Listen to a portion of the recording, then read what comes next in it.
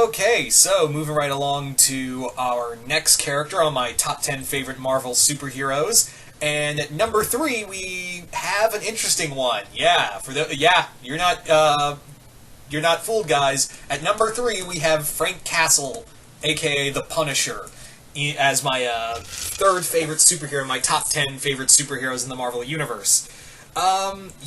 This is going to surprise some people. Punisher, that high, even above Spider-Man? Yeah. Now, the reason why I like Punisher is for a few reasons.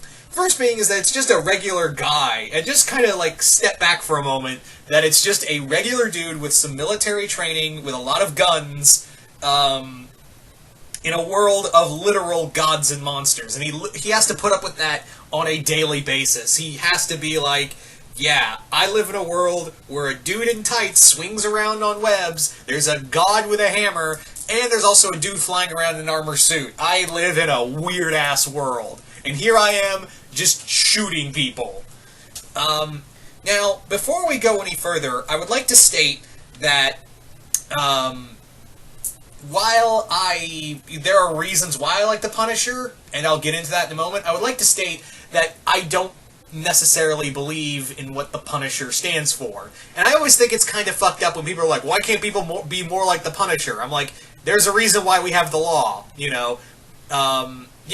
Even Punisher, even Frank is like, yeah, there's a reason we have the law, so people don't be, there's no more, like, there's not enough, like, I don't want more me's out there. I'm fucked up.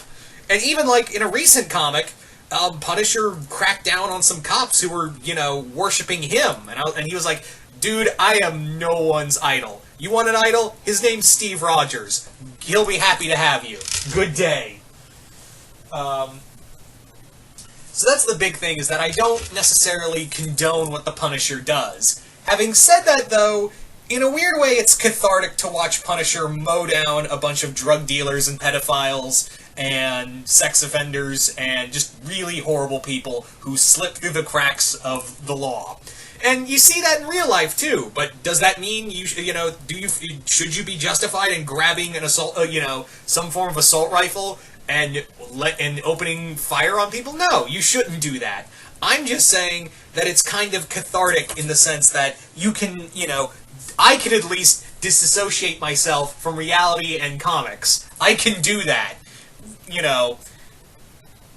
I can do that, and and again, I've seen like a bunch of I've seen so many times in the real world where people just get off with this, even if they do get arrested, it's quite essentially a slap on the wrist, and they feel like they can do it again. Like, there are so many people in the real world who get away with shit, and you just want to see them punished, essentially, to the nth degree.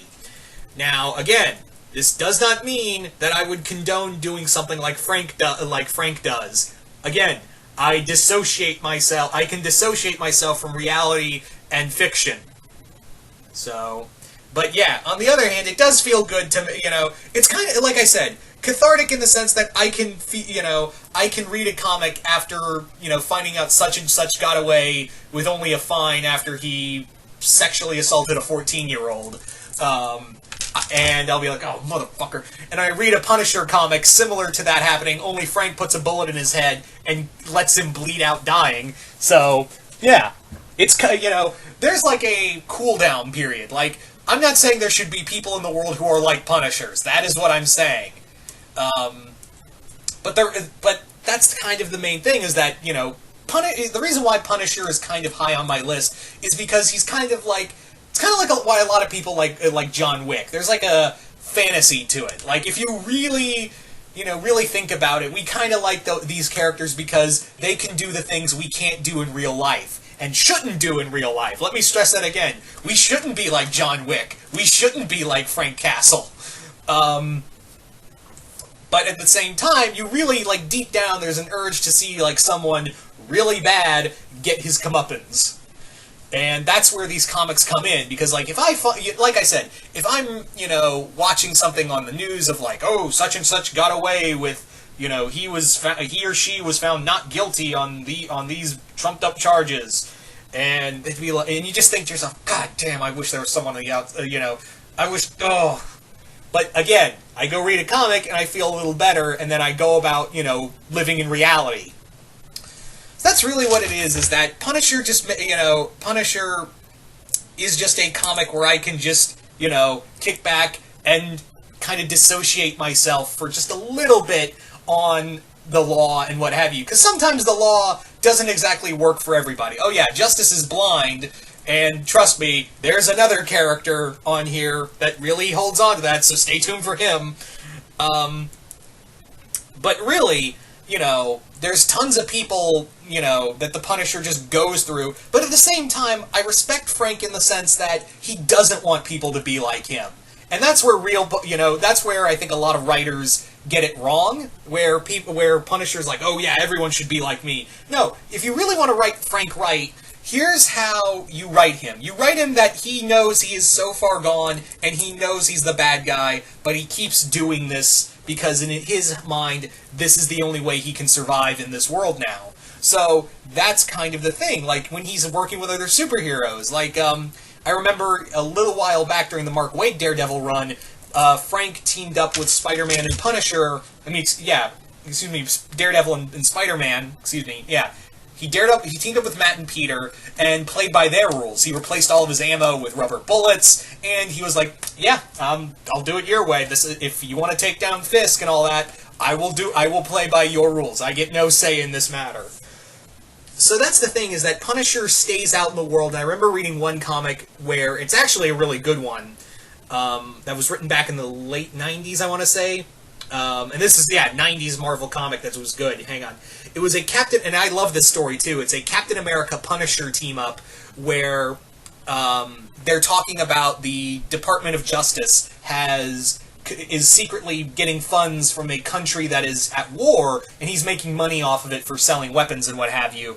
And Punisher and Frank and Steve go to this country and find out, the head of the Department of Justice is behind it all, and Cap loses his shit because this guy was supposed to represent everything that he stood for, and he just starts wailing on this guy and comes close to killing him, and Frank grabs him and he's begging Steve, let him go to jail.